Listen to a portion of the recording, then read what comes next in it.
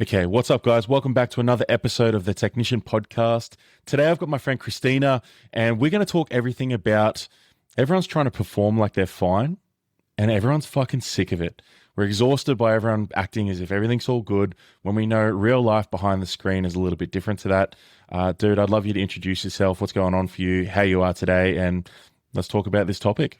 Oh, thank you so much for having me. I could talk forever. I feel like for anyone listening right now, if we go in 1,000 different directions due to me, this guy, please just, hopefully you can stay on path. But yeah, I am Christina. So I don't even know where to start when it comes to having an introduction or introducing myself, because there's so many different things that I could talk about, which I'm sure we'll kind of get into as we chat today. But basically, I am 30. I live on the Gold Coast with my husband. We moved up from Adelaide 2 years ago. And I have done so many different things in my life that have led me to where I am now in what I do. So I work part-time as an assistant, and then I also am on socials. I was a coach at one point. I've dabbled in all the things. I feel to put who I am into a bit of an elevator pitch is I've just never been someone that is willing to conform to like what I should do traditionally in terms of like career and life. So I don't have a perfect sentence for who I am or what I do, but I am really just someone committed to figuring it out and learning who I am, I guess, in the process, all of that. So yeah, that's That's the me. best way to say it. I like it. And from knowing you we've technically known each other for a couple of years now, right? And sort of just on the online space. And I think we really got along from the start because you're just such a real human and funny as fuck. So I really appreciate that aspect. But there was something you said that I really found interesting. You called yourself the queen of the pivot. Can you touch on that for a second? Yes. Okay. Love that. Um, where to start? So I'll try and keep it short because again, You're we've been good. oh, just for so long. Go for it. Basically, I grew up never really, I feel like everyone, like we never really know what we want to do in life, but society just puts this expectation on us that we have to have that answer. And I think that if you aren't someone who's willing to be a bit of a rebel in that, and not from like this aggressive lens, but more so just from questioning things or not being willing to just give an answer for the sake of giving an answer, then you do follow a very just like black and white path in life. And I feel I've always been the opposite to that. And I'm very blessed to which my upbringing, like my parents have always been incredibly supportive. I've got incredible role models in my brothers as well from like an educational work career path. And so I've always really looked up to and valued that, but I've never known exactly like what that was going to be for me ever, like literally ever in my life, other than sport, which we'll probably go into in a bit. But yeah, I remember in year 12, I would just kind of like float through school and nothing was ever bad, but there was nothing that I loved. I loved PE, but then you have to start like learning about the anatomy of the body. And I'm like, No, no thanks. no. I just want to like hit the ball. Yeah. Then psychology was the only other thing that I was just like engulfed in. Like I could just learn about it all day. So from there, I went into study psychology at uni and did all of that. It was fine. Throughout that, I traveled a bit and then I got onto the stage with my piece of paper and I just like remember this moment so vividly. I thought, well, I will never use this in my life. Like this is so real, but we'll hang it up and then like that'll be it. And from that point, I have done so many different things that have really been based around like psychology, humans. I'm so curious about people, how we operate, how I operate, how we see the world. And in that, I've just never been willing to settle for anything if I've known on like a deep level it wasn't for me anymore. And so I've just always pivoted. I have started small businesses. I have done okay at that and then decided, hey, like this actually isn't it anymore. Go on to the next thing, go on to the next thing, go on to the next thing. And something that I think of in that is like, there's probably times where I've done that from a lens where I haven't fully thought through what I was doing and it maybe was like a little bit more reactive. But for the most part, I think I've just been someone who's always been very good at quitting in a powerful way where it's like I'm not willing to kind of stay in something or do something based on how I'm perceived in that, the level of success or no success in that, and just do it for the sake of doing it because I want to prove a point. Like I'd rather just quit and get on to the next thing. And that's just who I am. And like, I'm hoping there will come a point where I just find the thing. But equally, if I never do, I'm happy to do that for the rest of my life. Dude, this topic right here, first of all, congratulations on everything that you've achieved within that.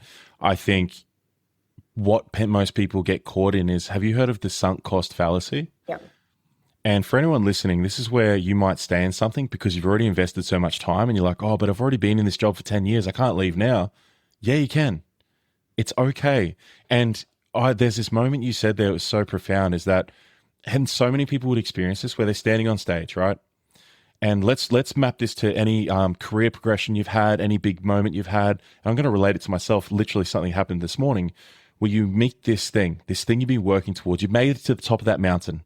You get there and you're kind of like, wait a second, I don't even want to be here. What the hell? Everyone told me this was what I was supposed to do. Everyone told me I had, why do I not feel like I found my thing? And so many people get caught in that, especially men. All out, we get told, oh, what's your purpose? I don't fucking know. To be a human, to live, to go have coffee, to hang out with my fiance. Like, why is that not enough? Why is it not enough for me to just be me? And dude, what you just said then is like, how many kids stood on that stage because everyone told them this is what you're working towards for the first 18 years of your life, or 17, whatever it is, 20, 21. And you're standing there, right? I want you to take the listener through that. What happened in that moment for you to then go, all right, cool, I did it. What next? How did you then go from that to the next stage and where you've now ended up? Mm-hmm. Yeah, it was just like this. Again, what I was saying before, I think there's part of me that's always just been so okay with what I believe. And at times in my life, that was probably a quote unquote problem because I maybe wasn't considerate of others. And like, as you evolve, you just realize, oh no, how dare you be selfish and look after yourself? Shit. I know, right? And it's like, I feel like that's always been something that I've just been good at, which is a blessing, I would say, like just in how I've been raised. I've been able to see things from what feels good for me and then what just doesn't. And there has been a teething process in, all right, like where is this actually maybe not such like a clean expression of that trait? And then when is it? But for me up there, I was just like, there's more to life. And I don't think I ever had that language for it or the understanding for it in the moment, but it was more so just this full body, like, I'm not going to work as a psychologist. I'm not going into research. I'm not doing this. I know I'm going to use this, but just not in the way that everyone thinks I'm supposed to. And so instead of shoving myself into a box, I'm going to explore for a little bit. And something I've always been very big on is just understanding that I can actually always change my mind. And I never see anything as permanent. So in terms of a decision like that, hey, I've still got a degree. So if tomorrow I changed my mind, I want to go get a job, I'll just do that. And I always think that with anything I do in life, like any decision for the most part, you can reverse. So it's like, well, what's the worst case scenario? The worst case scenario is I stand up on this stage, I have this feeling, I do something about it, I figure out in 3 years' time that I probably made the wrong decision, I'll just circle right back to where I was. Like your worst scenario is what you're experiencing currently. So in that you go, well, I'm all good. I'll figure it out. When have I ever not? And then we just keep it moving. So I think like just always, Bob Proctor has this saying that I always come back to, and it's, you'll never connect the dots looking forward, only back. And so I think to your question of like, what did that feel like? And for the listeners, it's you're not meant to understand it. You're just meant to follow it. And then once you follow it, you figure it out in hindsight, and 100% certainty only ever exists in hindsight, and all of these things that we can like understand and know, but unless you're willing to just lean into that feeling for yourself in whatever that looks like in life, whether it's the career, the relationship, the degree, you'll never have that, I guess, validation in hindsight of, oh, I did the right thing, or, oh, I didn't, but I learned so much. And then now I can go back to that version of myself, but as so much more evolved. And then, just take that path. I think it's just like, we've just got to be willing to follow it, because I'm like quite morbid. I have a very, I don't know if morbid's a word, but like, I'm always just like, well, I'm going to die. I heard you say this. Yeah. I love this. I'm the same. I say it all the time. You're going to die. Okay. So like, what will you regret? Will you regret trying and then going back, or will you regret having just stuck to the path because like your year 5 teacher told you that's what you should do? Can I ask you a personal question? Have you lost anyone, like a grandfather or grandmother or anyone, and sat there with them while they're passing and seen and heard them say their regrets? Yeah, my grandpa, so my papa Harry, he was like, those people that you lose and you're just like, you can probably hear it in my voice. I would never fully process it. Because like anyone but you, like one of those. It was like my granddad, dude. I only lost him a year and a half ago. Oh, so I'm so sorry, because I feel like when you get that and you can like relate to someone on such a deeper level when you've experienced that level of loss. And I think for us, like he was unwell for a while. My mum like took care of him at home for years, like 15 years or something like that. And when he passed, it was in the home. My brother was his doctor. We were all there. We were all together. And, it was time, but I think that experience just made me realize like what matters, because like that's what matters. And so I always think like if we're going through life, and I think anyone that has lost someone, you get to really use them as an anchor for like how you lead and how you live. Because I'm like, well, if they don't have the chance, like I have the chance for them and us. And I always think to even his passing, where I'm like quite spiritual, and I just really, I think I need to support myself through life, because life is so gnarly. Like the older that you get and the deeper that you love, I think we can, relate in that with when you feel so deeply and you love so deeply, you hurt so deeply, which is also beautiful. But it's like, I often think, I'm like, I don't know if I'm made for this life, because like I'm feeling stuff. This can't be. Dude, you've got TikTok where there's dogs, that don't get picked up by anyone and they're lonely, and you're just like, oh. So I'm like, no, I can't. So, it's like I have to have something to believe in or to guide me, because otherwise I'm fucked out here. What do you believe in? Touching on that, like what's that thing that just popped up in your head? I just believe that there will always be, what's the word? Like anyone that I've lost, I've never lost. Like they're here, but I have to be able to connect with them. And I have to believe, and I do believe so deeply that like you've never gone, you're just physically not here. And so in that, I believe with my papa, when he passed, like I missed it by maybe like 5 minutes. And I was like on the way there from my house, but I just instantly was like, I wasn't meant to see it, because part of him fragmented and came with me.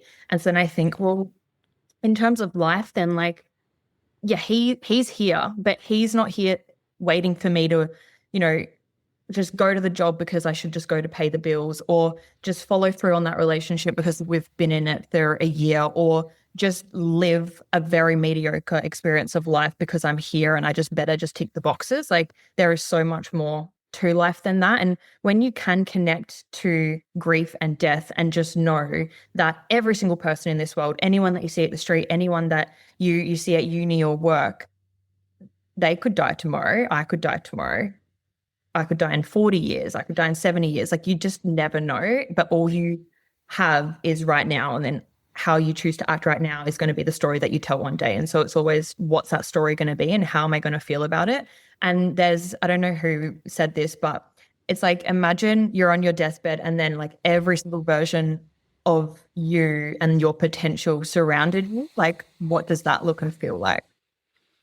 Dude, there's so much to unpack on the last like 5 minutes of what you just said, which is perfect. This is how I knew this was going to go this way, because you're full of value, and you think very similar to me. I'm hearing you and going, yeah, bro, keep going.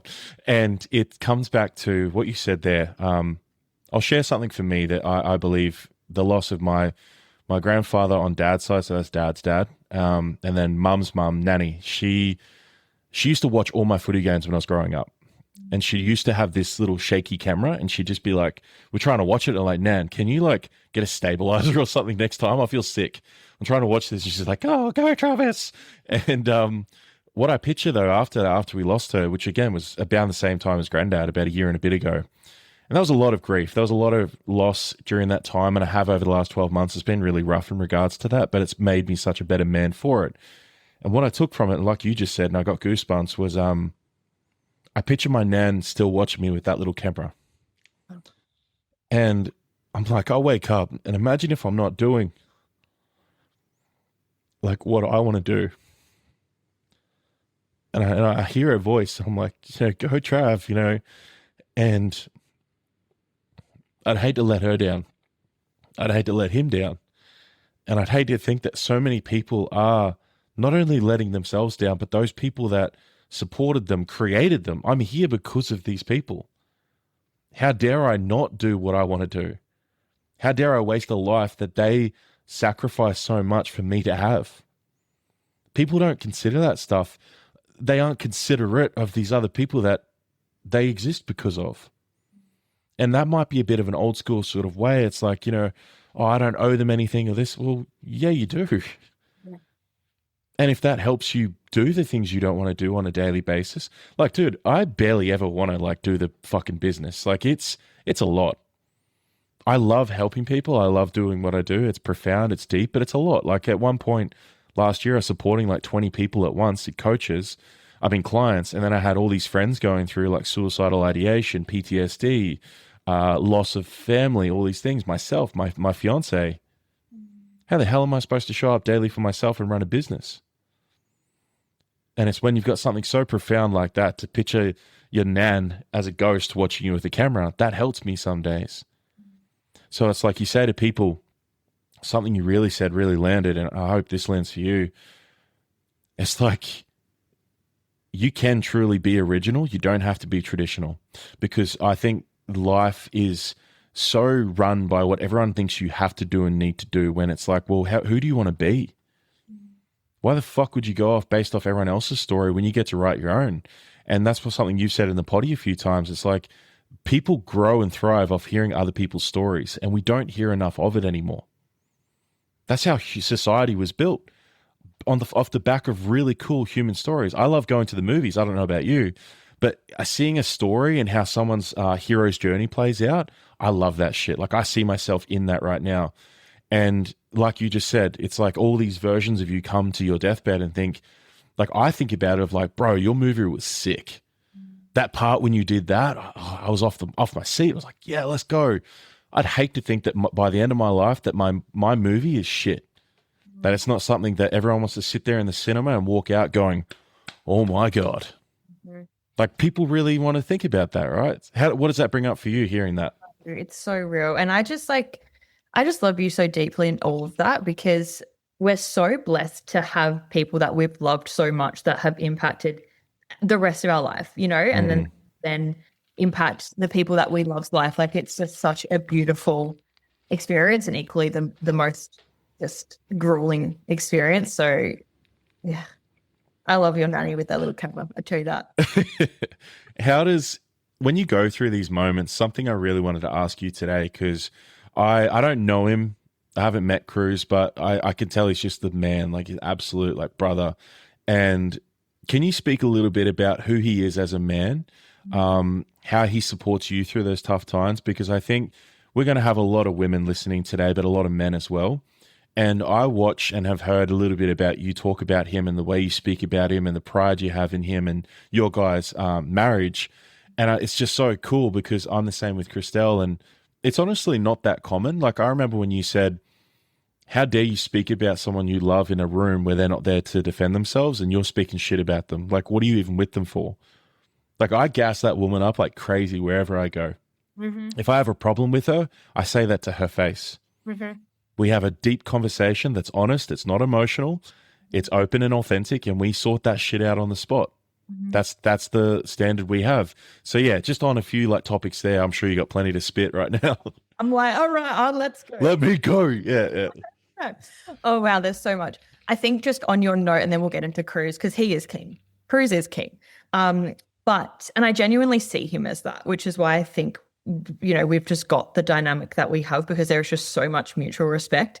But to your point of, I put this post up, and it's so interesting because the more I've openly spoken about my marriage and what we value and how we operate online, the more shit I've got, because people, like, it's just crazy. Like, I'm called a pick-me. I'm like, it's like, this is such a strange thing to lie about. This isn't the truth. And, I'm not bothered, because I think if what you're saying is untrue, then you have a response to that. But I'm like, just sending love and prayers, because it's crazy how conditioned the world has become, especially in the online space. It's so interesting being someone who is online, and a part of my career is online. There's so much opportunity online, but in the same breath, I have such an aversion to it, because there's just so much crap out there that is so untrue and unproductive, especially for women who are looking for a partner and someone who they can build alongside of. We've just so deeply run this like independent narrative on both ends, whether it's you male or female, this independent narrative of like, you should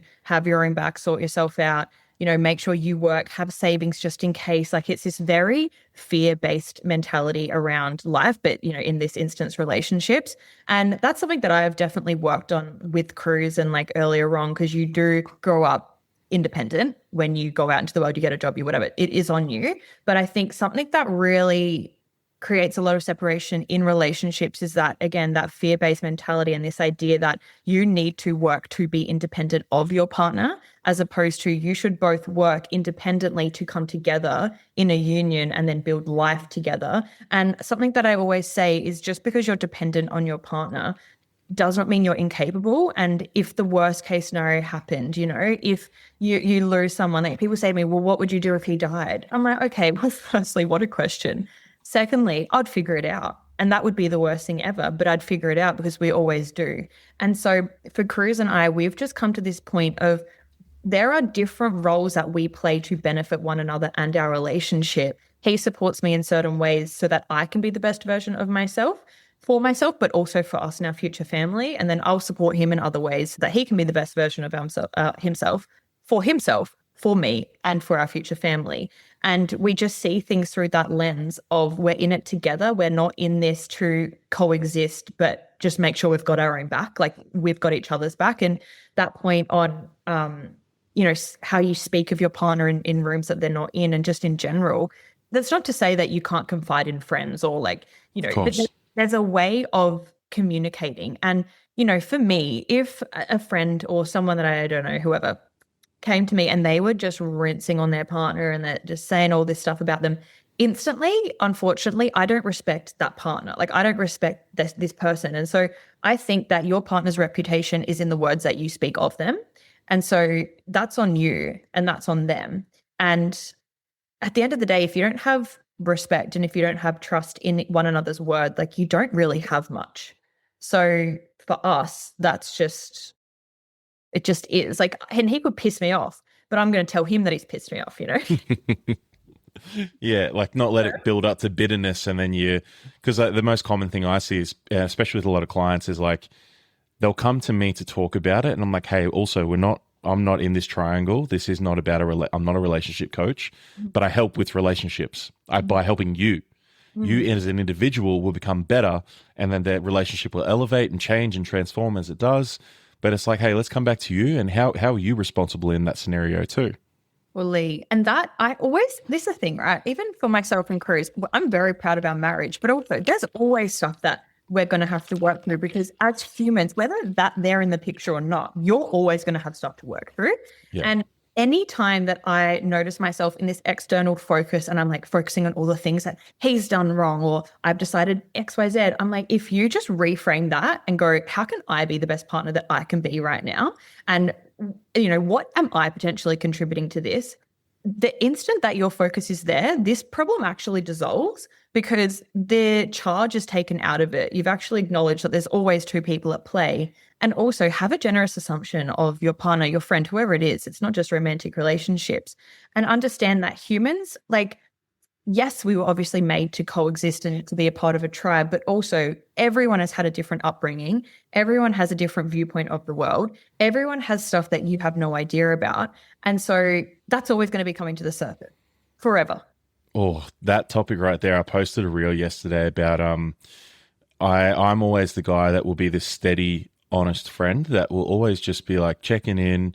I respond quite quickly because I'm mostly on my phone with the job I do. And that can actually repel people. And I used to make it such a personal thing of like, oh, this. I'm like, no, look, most people are overwhelmed. Most people have a lot going on. They don't have the capacity right now to respond to me. Also, people avoid me now because I tell the truth, and a lot of people aren't willing to hear that. So I'm like, I don't make them a bad person for that. I just know that I'm a lot because I fucking see them and they know that. Yeah. I never coach my mates. But I will say shit when I know they need to hear it, as in like I love them and I'm going to challenge them. I've even had mates avoid me for weeks at a time because they know they don't want to hear what I've got to say. So I put this reel up but a lot of people took it as, yeah, I'm so nice and these people are just cunts. I'm like, no. That's like there are some cunts. There are some people that are purposely like manipulating you. They might have the dark triad. They're a little bit narcissistic, whatever. Most people though are just overwhelmed. They're doing their best. They got shit going on they haven't told you. Because I know for myself as a man, I still don't ask for enough help. I'm the one that's always helping everyone else, Like I'm sure there's times where Cruz hasn't told you something that's going on for him, and you're like, babe, why didn't you tell me? But even actually just on that, because there's the women listening right now, like most women that listen to me are in relationships, whether they're married, whatever, and probably same for your audience. How do you help him in those moments? You don't have to share anything personal about what he's going through. But as a man, I work with a lot of men. I know they struggle. There's a lot of pressure. It's like, I've got to provide and all these things. How do you show up for Cruz when he's going through those moments? Yeah, good question. With Cruz, he very much is someone who will try to keep his problems to himself because he doesn't want to put that on me. Regardless of how many conversations we've had around that. And I love him for it because he thinks that's what I need. But every single time it's like, okay, not what I need, but what I would love is to know so that I can support you. But in that moment, when I know that something's present, and I know he'll always speak about it eventually, but not in that moment, and that's just his processing, and that's fine. I just come into so much more compassion and so much more, I guess, love is like a loaded word. It's like, what does that even mean? But I just try to show him that he's so appreciated in all that he's doing because things compound, right? So if he's got work stress, he's got family stress, he's got property stress, whatever it may be, I would never pinpoint what it is. But if one thing's happening, the rest probably also feels a lot heavier. So I just think, well, what can I do in this to make that load lighter? Is it sending him a message just to let him know that even if I might not say it all the time, I appreciate him for this, this, and this. Because especially the longer that you get into a relationship, you can easily come into assumption of them just knowing that you appreciate it, or, you know, them just knowing that that's what you think. And I just try to not get complacent in actually saying it.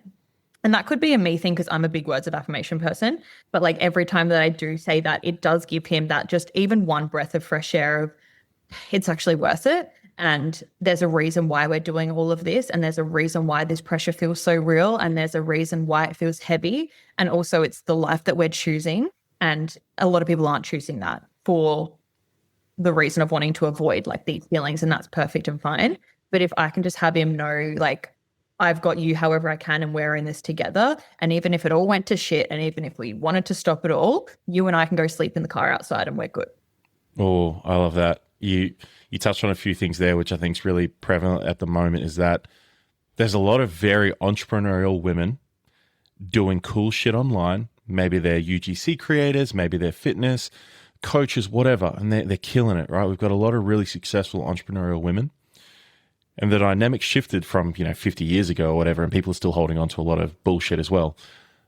What I find is that a lot of women I work with, they then go, Trav, how do I get my man to do the work? And I'm like, he doesn't actually have to do the work. Because, yeah, like I actually know, even for myself, my beautiful partner is a teacher. She's head of department at her school. She's done a neuroscience degree and she loves her career. I don't want her to quit so I can fucking, provide for her. I do want to provide for her, and I'd love that if she was working in this business and helping me, and because she's incredible at what she does. But if she wants her career, cool. And if she doesn't want to do all this breath work and all this other stuff I do, cool. I actually see the most beautiful relationships are these very entrepreneurial, out there doing the work, all these things, women doing podcasts, and then they've got this just dude that just works a trade and is just a man and is just solid. Yep. Like that's honestly one of the cleanest relationships I see. No, I honestly love it. And it doesn't come without, stories. I think just online amplifies everything. Like the internet amplifies everything, and words spoken amplify everything, even when those words aren't necessarily true. And you see like the dream and the life and the self-employment. And it's like, hey, that's also pretty cooked as well. Like you get it. I've been in the coaching industry. Even now it's like, yeah, it is a lot. And you can often just see those highlights, but equally, I always think to Cruz, and there's so much that man could do in his life. Like he could do whatever he wanted, and that's perfect. And if it comes to a point where he does want to pivot and try something new outside of his trade, amazing. But also, it's like he's such a hard worker. He gets up, he grinds, he comes home, he's home. And I feel so blessed for that because I know it's not the case for a lot of these like power couple, like entrepreneur relationships, and it's all perfect. Like it's all perfect. But I think it's a lot harder to have, I guess, like a relationship balance within that. And even to your point of like doing the work, I remember when I first started investing in my development, I'm just like, oh my God, how did this man marry me? Like, I'm like, there's no way you stuck through that phase, brother. But he did. Like, of just this superiority, master's consciousness. And you're like, I'm journaling this morning. Have you done your journaling? And he's like, okay, I'll journal. And then like eventually he's like, I don't want to fucking journal. And I'm like, oh, well then like, I'm going to leave you behind. Like in my head, all of that crap. Like you're going to outgrow, you're going to do whatever. Career's my husband, right? Arguably the most self-aware human you'll meet. I never spent a cent on a coach, self-development, like doesn't really read. Like he's just living life. He's just doing him. He's got a lot of life experience. He's someone that he'll like watch a video of how to, I don't know, build like a building. He'll build it tomorrow. You know what I mean? It's just like he gets it done in his own way. Yeah. And I think, again, like online just creates such a narrative around you're going to outgrow and then you're growing apart and you value different things. And that's the problem. Like that's actually the problem. What's going on in your relationship isn't the problem, but you create it to be one because Susan, the mindset guru, told you so.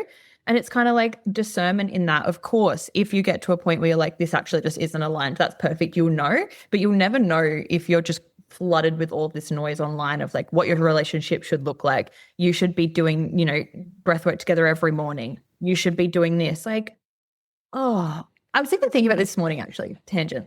But I was looking at a photo of my wedding dress, right? Like we've got photos up. And I was like, I love that dress so much. And then I noticed my brain go, but like maybe I should have done this, should have done that.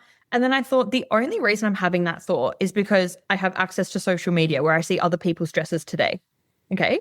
So like if we didn't have that, I would still be thinking, fuck yeah, that was such a nice dress. That was gun. Yeah. That was the best. Like, and I'll never, ever, ever think otherwise.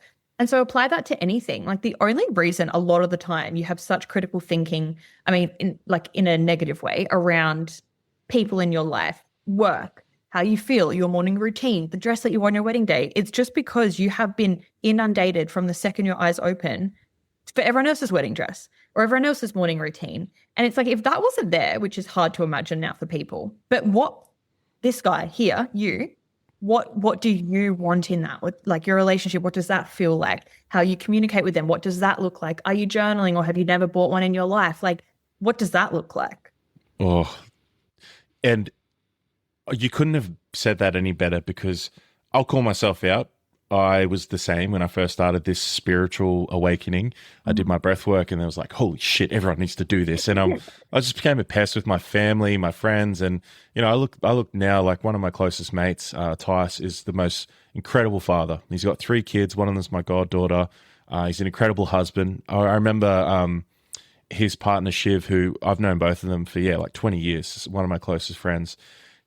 The way she spoke about him the other week, and he's gone through stuff, I'm supporting him, but she said, Trav, I just love him so much. He just makes everything so fun. And I hear that, and I see him criticize himself, and I'm like, bro, you're more of a man than most of these men's work coaches online. Don't even compare yourself to that shit. Don't worry if you're going through stuff. That's normal. The way you show up as a man and as a father and as a husband is way more elite than these motherfuckers that are pretending to be, because the things I know about them behind the scenes and then the way they're showing up online does not align. They don't know how to show up for a partner. Barely any of them are in a relationship. Like you start hearing and seeing this bullshit that's being spread out there, and there's all these poor blokes that are like, oh, I'm just a guy that doesn't do all this stuff. It's like, that doesn't matter. How do you show? How does your wife speak about you? I just heard that. That tells me a lot about you as a man. If I ever want to know about a client and they've got a partner, I'll just have a session with the partner and go, tell me a bit about such and such. That's when, because they see all of you, right? So I know the way that she spoke about him and just how I see him as a mate and how he showed it for me, because I actually had a really uncomfortable conversation. He'll be fine with me saying this. A lot of people avoid this. I had a really uncomfortable conversation because I felt like he wasn't supporting me. We get online and, people do this whole thing like, oh, your closest friends won't like your stuff and all this stuff. And, your haters and this. It's like, nah, I think a lot of people, the best friends are ones that just don't give a fuck and they actually just truly love you. Like they're the ones that when my grandfather's passing will actually say, hey, bro, I hope you're doing okay. But he's not the one that's every day going, oh my God, man, you're the man. Congratulations. I finally made it to 10,000 followers this morning. And for me, it was a moment of like, cool. That's sick, because I understand I understand the game. I understand that no matter what, first impressions are big online. I know how valuable I am and what I do, and I'm powerful and I can change people's lives in a session.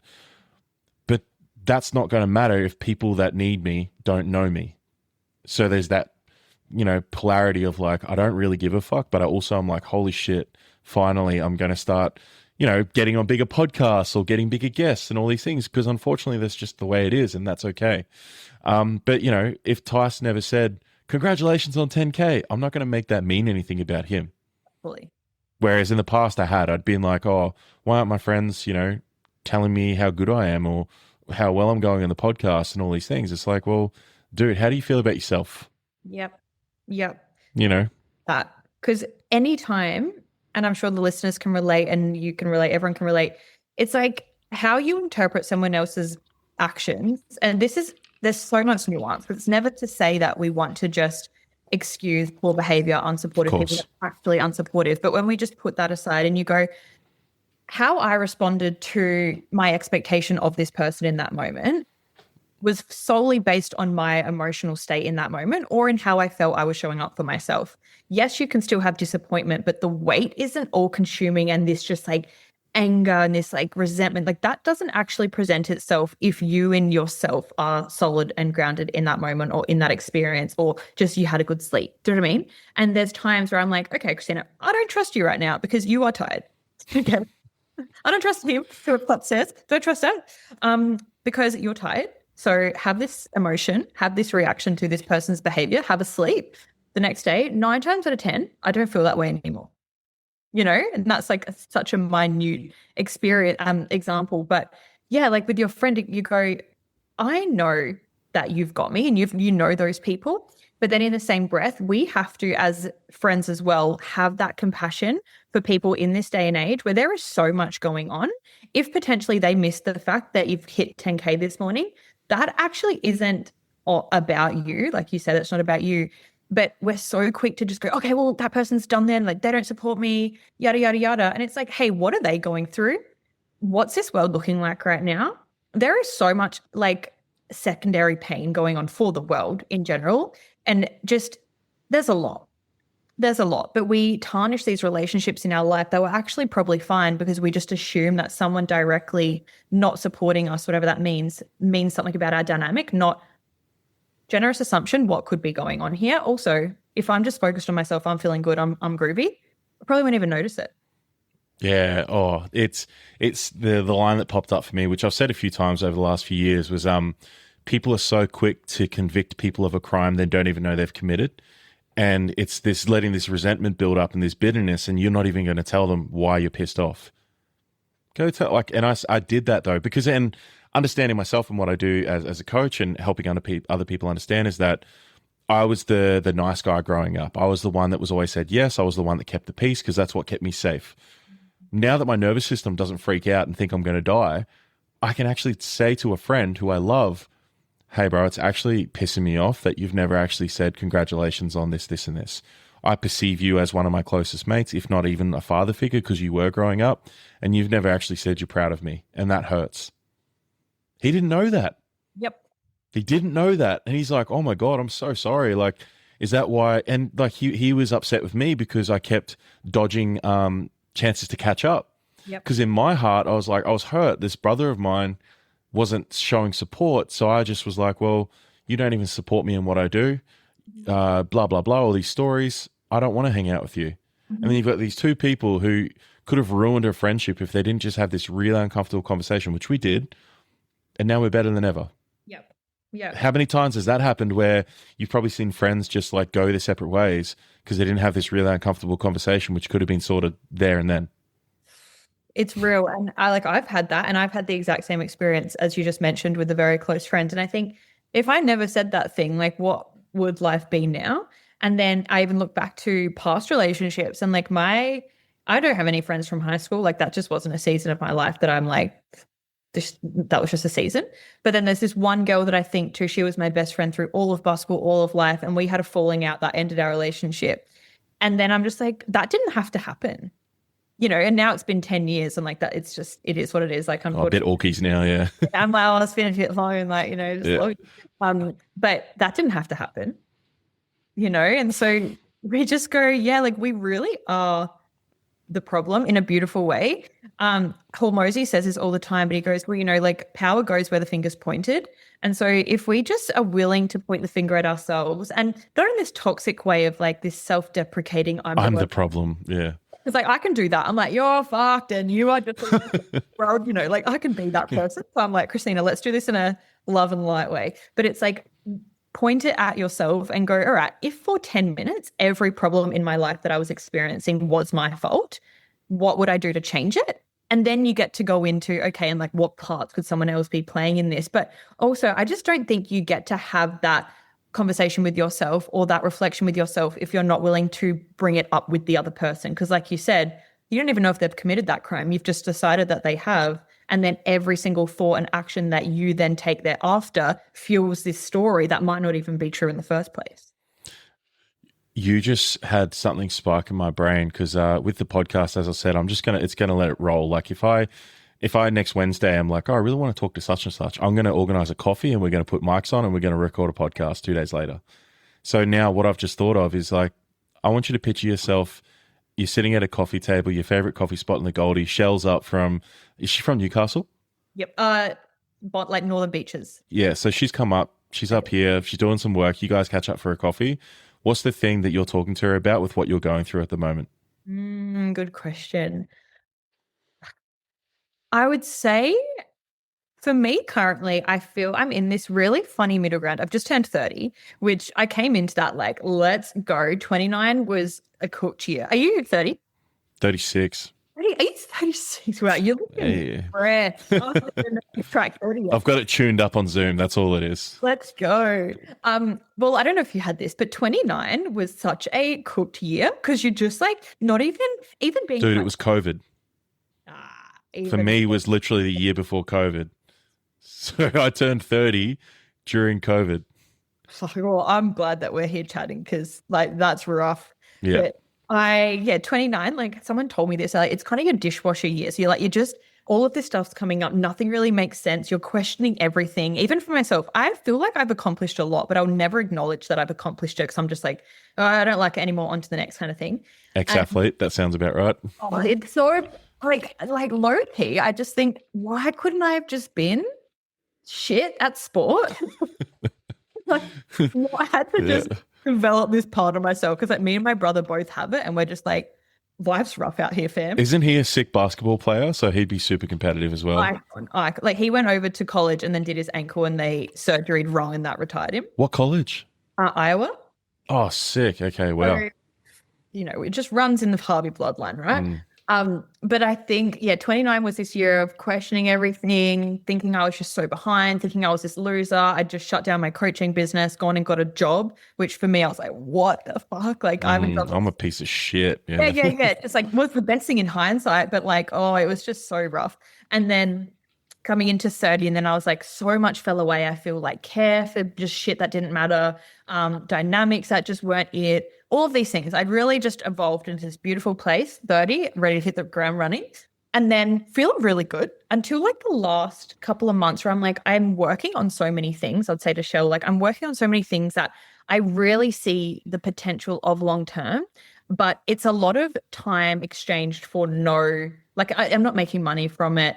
It's not that is like, it's all passion, right? Like it's all things that I love to do, whether it's like the podcast, which I love, YouTube, which I love, socials, which I love. But that alongside being like, okay, well, I do want to still be able to contribute like to our family. And then I work part-time and there's so much going on. And I think for what? Because there is no, I guess, what's the word? Like there's no certainty in any of it, but I love all of it. But I think I'm just like starting to question, like, am I just crazy? And am I in this fairy world? And like, what am I doing? But I love everything that I'm doing. But it's just like exchanging so much time for something that you don't know if it's going to have the impact that you want it to have. And then, Can we workshop this for a second? Oh, please. Cool. Please. Because like right now you're in a moment, right, that I think a lot of listeners are in as well. They've got this thing going on, they're doing this, but they're not sure what the thing is. And I've got a lot of people in that moment. I've had 4 friends in the last 2 days reach out and say, Trav, I've got these 2 things that I can do. What do you think I should do? And I've actually asked the same question to both of them or given them the same advice. And I said, really? at the end of the day, whichever one you choose, it really doesn't fucking matter. It doesn't, because you're putting a lot of pressure on yourself, I'd say, to see, oh, again, that you might get to that point of, but I've done all these other things and I've become these other things. What if they don't work out as well? It's like, cool, what if they don't? Mm-hmm. You've literally at the start said you're the pivot queen. Exactly. I think what's happening right now from an outsider's perspective, the podcast is your thing. And it was my thing. When I first started, how I became the technician dude was starting a podcast. Wow. So literally my mate was walking along the beach with me during COVID, and we were lost. We were depressed. My partner got locked out of the country at the time. I was with a partner who's Canadian. She's probably still Canadian. But she was locked out, and I didn't know if I was ever going to see her again, right? So at the time, I was depressed, lost my job. I was on Centrelink. I was like, what the fuck am I doing? Why am I even doing any of this? And he just said to me, he said, bro, I love the way you try to rewire my mind. You're like a technician. And it just hit me like a lightning bolt. I'm like, that's it. I got their logo made literally that same week. I took out all my super at the time because you could. So I'm like, I'm going all in on this. I took like 20K out, broke as fuck as usual. But I bought all my MacBook, all the gear, everything. And I just went all in. I had no idea if it was going to work out. I was living by myself in a townhouse I just got for us. She couldn't come there. But I got some random dude to live with me. Shout out to Bo. He was the man. And I just didn't know what the fuck I was doing. Here I am 6 years later, have a top podcast in Australia, one of the top coaches in Australia, doing, last month I think I did 40K or something ridiculous, where 5 years ago I think I barely made $20,000 in the year to get by, to study and all these things. So it's like, you don't know how quick this is going to change for you.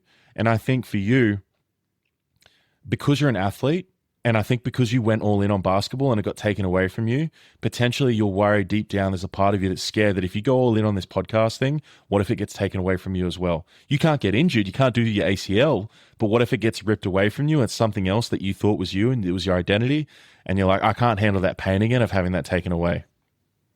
Yep. Fully, because I think too, everything that I'm doing, right? So it's like,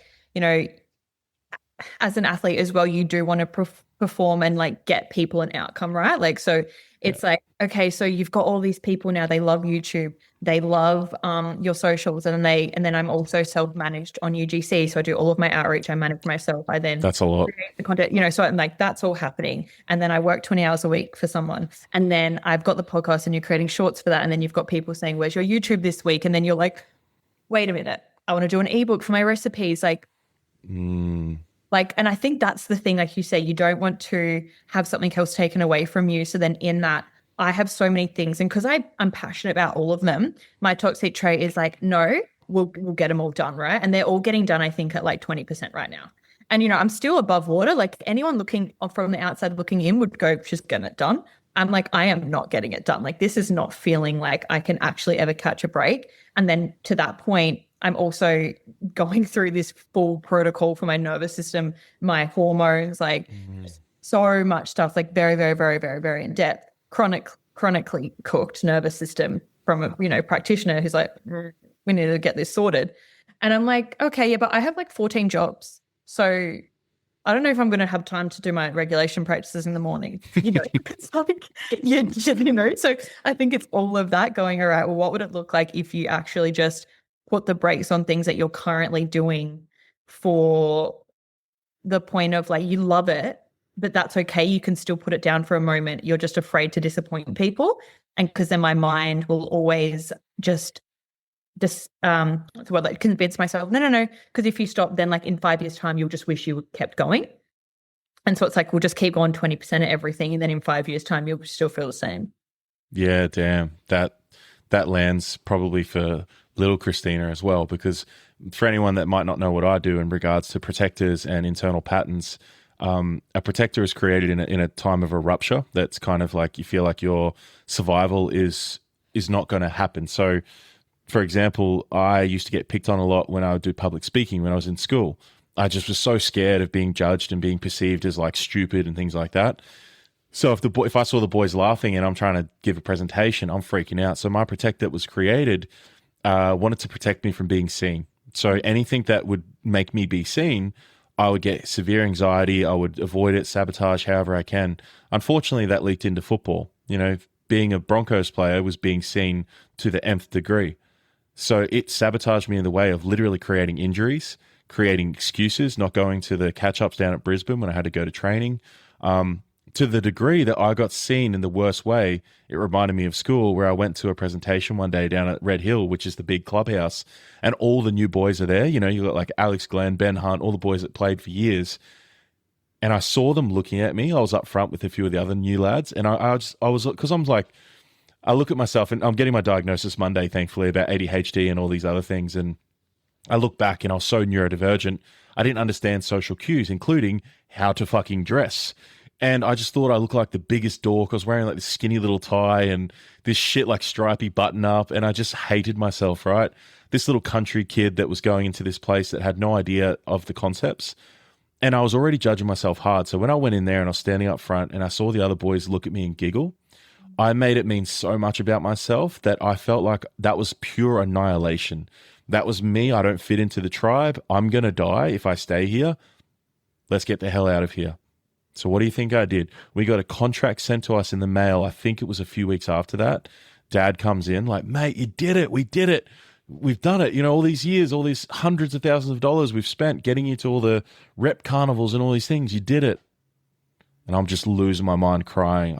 I can't do it, Dad. I'm so sorry. And in that moment, I know my protector was trying to protect me from this thing that he thought was going to hurt me, but it just ruined my entire life at the time. So I look back and I don't have any regret around it. Obviously, I've become the man because of it. But think about that, dude, and how many athletes or people that literally ruin their own lives because of this thing that kept them safe once when they were a kid is still now active now.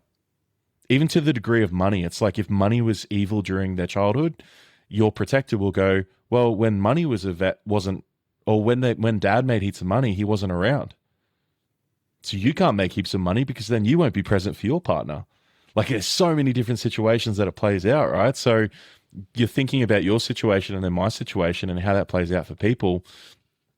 And think about how now then, how could you overcome that potential internal protector? Like what would you need to do to become who you know you want to be? It's just like, I'm just like, let me even start with that. Literally, yeah. I look at what you're doing and you're doing everything right. It'll just fall into place. But it's there is a slight holding on for dear life in some degree where recently I've gone through what you're going through where my whole life was chaos, built of chaos, being probably the dysregulation, knowing that's familiar, but also the ADHD aspect. And since January, I've had to let go of all that and run a business that's now calm, successful, structured. Shout out Tay. She gave me a lot of systems last year when I was working with her. She even asked me the simple question of like, Trav, why do you do calls on every day? Just do it on Tuesdays and Thursdays. Well, it's often not that deep, is it? You're just like, oh, okay, my whole life is solved. Yes. So, like, Christina, get into your calendar. Oh, people can work around me? What do you mean? Yeah, like I'm self-employed. Shit. You know, it's like but that's like talk is therapy, right? Because again, even just that point, right? For anyone listening, even for myself, you go, well, rather than running on fumes for the next week and just hope that you'll get it all done, because you always do, right? And that's the thing too, especially with high achievers, you always get it done. It's just that you've decided that done is scum of the earth. So it's got to be 45. Like, it's like, you know, everything should be 1,000 times better, you know? Yeah. And so I don't know if you can relate to this, but even for myself, say if I've got a UGC project, a video that could take me maybe 10 minutes to film, 20 minutes to edit, I've gotten better at it, but like it could at the start take me 6 hours because you're like, well, this needs to be hard because who am I to for success to come easily? And I think for myself, I was someone who, I hate to be the guy to say it, but I think any athlete can say it. It's like you kind of grew up pretty good at most things, and like you didn't think that you were like superior because of it, but you're just like, well, I don't know, it's just not hard for me to run and win the race. So it's just not hard for me to do that thing or get pretty good grades or feel pretty good or whatever. And then you grow up and you come into this world where people hate on you for that. So then you make everything hard. And I think that's kind of where I sit, you know, which I'm aware of, but it's so, you can so easily just get blindsided again by your own thoughts. Dude, that is what I had to face in 4 days before New Year's this year. I was sitting in the car about to meet with a friend and his partner, and every part of me was anxious and going, I don't want to go in there. I don't want to be seen by people right now. I'm like, oh shit, here we go. Something big's about to pop up. So I sat with it, just breathing into it. Like, oh my God, I need to go away somewhere for 4 days and be by myself. That's what came through. Told my partner, it's like, baby, I know it sounds weird. I know it's New Year's Eve coming up soon, but I've just been told I need to go away. And I just drove to fucking Toowoomba, booked an Airbnb, and I was in a unit by myself. And what came through was exactly what you just said. In the first morning of the first day, I wake up, I'm watching like a Jurassic Park documentary on YouTube, eating breakfast. And this certain song came up that took me back to my childhood. And I remembered how much I was hated just for existing because I was a freak at everything, naturally gifted. I was taller and bigger than everyone. Oh, of course Trav won the race. Oh, of course Trav was age champion. I'm like, fuck, I'm just doing what I can do, guys. And then I actually started losing shit because I felt I didn't like being disliked. Yeah. Even my mates, if we were playing Need for Speed or something, I would just be shit, even though I'd smoke them. I'll just pull back and be like, oh, good race, brother. Yeah. You know, so then that crept through to literally to the start of this year. And now I'm just like, fuck that. I'm never going to dim my light ever again. I'm still going to love everyone and be humble in the kindest way, but I'm still going to celebrate the fuck out of myself. And that's taken my business to another level. And I'm sure for yourself, there's probably parts of that where it's like, what if Talk Therapy became one of the best podcasts in Australia? How would that make you feel? Yeah, amazing, because it's so easeful, you know, and I've even noticed myself as the episodes go on. I've done 6, guys, so, you know. It's fucking killing it, though. You're doing well. But I'm like, oh, yeah, but what if I run out of things to say? And it's like, you just literally won't, Christina, but that will be the reason why you do, because you're into your head again. And I would say over the last couple of weeks, I have had just like a deeper level of not just awareness, because like awareness without action is just completely irrelevant. You know, I can be very self-aware and not do anything about it. That's perfect, and why I'm stuck in the same spot for 10 years. But then it's like, well, actually just acting on that, and as like the tiniest little things, just honoring what's right for you and doing it, and not fully thinking about how it's going to affect every single other person. And again, not from this lens of you want to go out and hurt people, or, you know, not think about people or not consider people, but it's that they're not thinking about you, and in this instance, in how you're thinking, they'll think about you. So you just got to do it. You just got to post it, or you just got to record it, or you just got to say it, or you just got to remind someone of the boundary that you set, or whatever the thing is. That will then just feel such a level of conviction in self. And then conviction in self drives everything. Because I think to any time that I have felt so crippled and just so afraid to be seen, like, and I would say very similar story to yourself in different ways, but it's like, well, those moments are amplified because then I abandoned myself. And then when you've abandoned yourself, you naturally feel crap because you're like, oh, I didn't take care of myself this day, and I didn't train, and I didn't eat well, and I didn't do whatever. And then you're like, let me just validate all of these things that I've decided were true that never were, but now they are because I've showed up this way, you know? And it's just cycle over and over again. So I think, yeah, that ability to just stand your ground, no matter how hard, for yourself, not for anyone, not for how you want to be perceived, not for the outcome, but just for you. Like, that's the work, really. And it's not the work upstairs, it's the work in real life. That's a beautiful way. I think as much as I want to talk to you for literally 4 hours straight, we've now done about an hour. So I want to touch on one more topic here just to sort of close it out. All of your friends around you right now are pregnant. And I know for a lot of women, they judge themselves like, oh, this is happening, such and such is doing this, and this is going on. What would you say to any woman right now comparing themselves to what their friends around them are doing? Like, how do you navigate that sort of stuff? And because obviously you've had a huge battle with endo and things like that. Do you question yourself in those moments? Yeah, good question. I'll start by talking about kind of my experience, because hopefully that can support someone, and then maybe go into like what I would say to anyone in a similar position. But for myself, I kind of grew up just in like at a core level knowing like I'm meant to be a mum. My mum is the GOAT. Like, I wish my mum could be everyone's mum kind of thing. Like, I'm like, all right, let's go, Anastasia. I want to be you in my life, and I will be you in my life. But shout out Anastasia. Shout out. Let's get her on the pod. And anyway, so she has just always been like the pinnacle of motherhood for me. And I've always known that's who I would be. And I never, ever questioned it. And I think 30 is such a conversation for it because there is just, again, like so much fear around that age, which there's when you look into it, there's no need for the fear, but it's just, we've just been told, whatever story.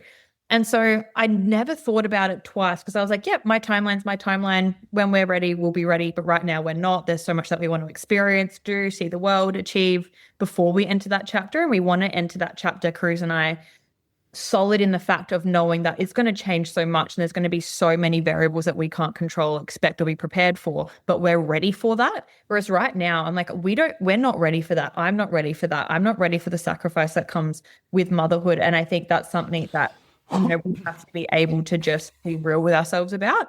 But I would say it's not even necessarily the girls being pregnant, but it's me getting older and still feeling not ready. I think that has been fear for me because I go, well, what if you get to another 3 years and you're still not ready? And then you get to another 5 years and like, you'll never feel ready, right? People say that, but I think I fully get that now. Like I get what they mean by that now, because there is a point where you will just have to make that decision from like a biological standpoint and like your fertility and all the things.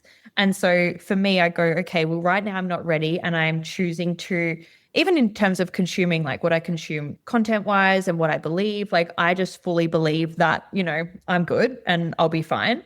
And I have had fears even over the last like 6 months of, but what if you're not fine? And then what if your endo is this? And then what if this is this? And what if you are infertile? And then what if you do start trying, but then it takes you 5 years? Like that, I think is just a very normal thing for a woman to think, especially again in what we've been told.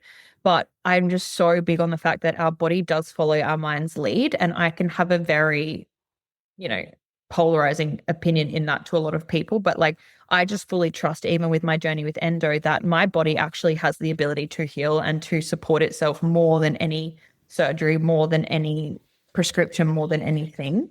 It all serves a purpose, but I'm just like, okay, well, I need to focus on my mind.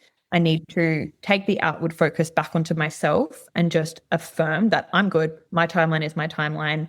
The people around you is always a beautiful mirror for what's possible for you. It's what's the law of like, what's the law when like everyone else around you has the thing? Is it the law of the average? Like that? Something Whatever. like that. Yeah.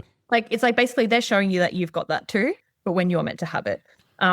So yeah, I think just to anyone who's experiencing in that, it's like not making yourself wrong for having those thoughts because, God forbid you want to protect yourself and you want to, if you're anyone like me, it's like you've got to work hard to not always assume the worst case so that you can prepare for the worst case, because anytime you're not preparing for the worst case happens. But like just love your body, love yourself, do what you can do to support that. Lean on people for support if you need it. If it does feel good for you to get, your levels checked or, do some research on like what it would look like to support your body prenatal or before even trying to conceive, like direct your focus elsewhere, because when there's space, you'll fill it up. And if you're not intentional with what you're filling that space up within your mind, then it will just be the norm and the average. And for a lot of people, that is fear. So yeah, I just think choosing love over fear in any moment that you can, and just trusting that your body is, ready for that, but also above all else, trusting your timeline. Like I just know that my path is laid out for me till the day that I die. And so as soon as I forget that, I can get fearful, but then as soon as you remember that, you're like, well, what's meant to be will be regardless. So who am I to try and interfere with that? Because I'll never be able to anyway. It would just cause more suffering on me. Thank you, dude. Like I love the realness you bring to this space, because again, it's what we need. And I'll share a story for the listener and for you, because I think this will probably help you deep down. I had a woman come to me last year and she was struggling going through IVF and had been for a long time with her partner. And I remember our first session, I always work bottom up to try to get the somatics right before we work too much on the mind and vice versa. But she couldn't barely even keep her eyes closed long enough that she would freak out that someone might be watching her, something might happen. That's when I knew how much like she was dysregulated in fight or flight. We worked together for 6 months. It was incredible. Different woman. I checked in on her a few months later. And she tells me, Trav, just letting you know, I'm pregnant. And it happened naturally. Ugh, I get chills. So that tells me what you just said. Not like context is important, obviously, for every situation, but for this woman and for maybe anyone listening, mind you, she's over 40. And it happened when her body went into a state that it could hold life. It happened when she literally did the internal work, not went through all these thousands and thousands of scientific fucking shit that has worked. It's worked for my auntie. Yeah. But there's, like you said, there's alternatives and everyone's different. And why not? Why not work on getting yourself, like you said, getting yourself regulated through your nervous system and see what happens? Like your life changes pretty quickly when you get to that point. Even for me, like I'm one of the steadiest men you'll ever meet. And that's why my clients change so quickly, because people change when they're outside of their window of tolerance. And because they feel so safe with me, they're able to sit outside of their window of tolerance for a longer time than they would with other people. So they're doing shit that normally would terrify them. And that's what's changing their life. So it's like, yeah, what Christina just said, there's also a state of like, readiness is a choice more so than a nervous system state too. So I know for yourself, and you know this, it's like one day you and Cruz are just going to go, it's time. Yeah. Let's do this thing. Yeah. Yeah. Yeah. So even for the potty and stuff too, like you're absolutely killing it. I love watching your content. It's something that, in a space where, yeah, everything just feels so fucking fake still.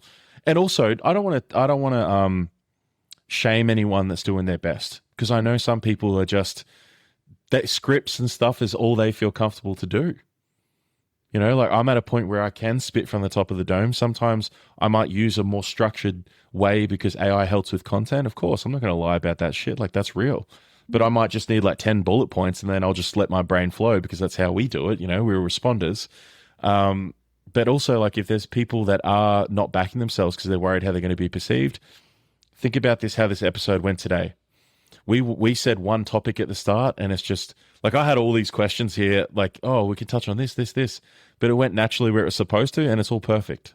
Yeah. So I know your life and anyone listening, it can play out as soon as you surrender and you just start, like you said, choosing love over fear and just seeing where it goes. Yeah. No, it's so real. And also thanks for being with me in this conversation, to you and also the listeners, because any podcast I've ever been on, no one's ever been able to ask the questions because the conversation just goes in so many ways. And I'm like, I'm sorry if you put time into the notes, because we have just been yapping, and like I could have spoke for another 4 hours with you, you know? Yeah. I think we had a conversation, like hopefully people benefited from it. Absolutely. And look, I'm sure at some point, like with guests like yourself, knowing that we can touch on so many points in such a poignant way, and there's so much value in this. This was insane. So I appreciate you and your time. So I'm sure there'll be a part 2 at some point. Maybe we can do it in person so then we can feel the energy and all the things, you know. I'm down the Goldie quite a bit, so maybe we can do one of those coffee ones at some point. So there is something that I wanted to make sure I got from you today, was that you said in your podcast you love, I'm the same, I would say, because my attention span's shithouse, but if I'm listening to a podcast, one thing will hit me, and this is how neurodivergence we activate through the way of like something really profoundly activates in our body. That's how our body remembers that thing, that lesson, and then we teach it to others. So our neural pathways rewire because we're teaching to others. So for you, what's that one takeaway from today's podcast that you want to share with the listener and that you're going to go share on your socials or whatever? And take your time. Yeah. I'm trying to get better at thinking before I speak, you know. Like what do I actually think? I would say try and put it into a nutshell. It's just understanding that life has infinite possibilities, but it is not infinite. Like your lifetime is not infinite, right? And I also believe I've been here, I've got reps left in me. We'll be back in different ways, probably chatting as different people. But in this life, it's got an expiry date. And I think the quote is, there's a quote that says, you can't add days to your life, but you can add life to your days. And having an anchoring point for the listeners, whatever that might be from what we spoke about or a different, you know, podcast or a quote, if they could take one sentence that really just encapsulates that understanding that you will die with love, like we're going to die, something that just reminds them that in the moments of fear, in the moments of doubt, or in the moments of questioning everything or reverting back into comfort, familiarity, you know, leaning out of the opportunity, what can they remind themselves with in understanding that, well, we're going to die, no one's going to remember it anyway. And, you know, when people, we didn't even talk about this, but kind of like in what's the timeline of when people are going to fully forget your entire existence? Like it's not that far away. Like, unless you're someone like your Marilyn Monroe or your fucking big dog like your Jordan or whoever you are, like, you'll be forgotten in the space of maybe 100 years, probably less. So no one's remembering the times that you failed. No one's remembering the time that you stuttered on your stories, or you posted that thing and it just like fully flopped, or you approached that guy in the bar and they just said, I'm married. Like, no one remembers anything. It's not that deep. So live knowing that, live for the people that you've lost, knowing that they're with you as well. And let's just get it done. Like, let's just fuck around, find out, fuck it up, make mistakes, and just keep it moving. Beautiful, dude. What are you going to fuck around and find out today? What's in the rest of your day? Well, I'm recording a podcast this afternoon. Get that sorted. Might try and do another second podcast because I'm away next week. So try and bank a few up and just give a bit of a life update, but a bit of a raw update, I think, because I really want to be as real as possible on every platform. And like, podcast is just the easiest way for me to do that. So I feel like that's what my day is going to look like. And then I'm just going to go work at a friend's house. I think it's pretty chill, pretty namaste, but it's Friday, Take it easy. I like that. Where can people find you? Christina Pengilly on all socials. And then my podcast is Talk Therapy. So it's just Talk Therapy Podcast, I believe. Talk Therapy or Talk Therapy Podcast. All in my link tree in my Instagram bio. So if you just look up Christina Pengilly, you'll be able to find all the links and bits and pieces. I'm on YouTube. Who knows if we'll be on YouTube after today's call. Wait. It's so much, hey. Like you said, I've been doing this podcast for 4.5 years, and I just realized I've put barely any of my episodes on YouTube. Yeah. Like, I just don't remember a lot of shit. So I just stick to the practical, simple stuff. I get it done. I show up. I create my content. Content creation for me is really easy. So I focus on that to help people and grow my business. So yeah. Oh, dude, incredible conversation. Great way to start a Friday. I hope you have a beautiful rest of the day. And thank you, everyone, listening. Obviously, as usual, we know I'm the technician, but I'd love you guys to be a technician. Help us by sharing this around. Send it to your friends. Save and get the posts out there, whatever reels come out. And let's help change this culture. Let's go. Thank you for having me. It's so good. Thanks, dude.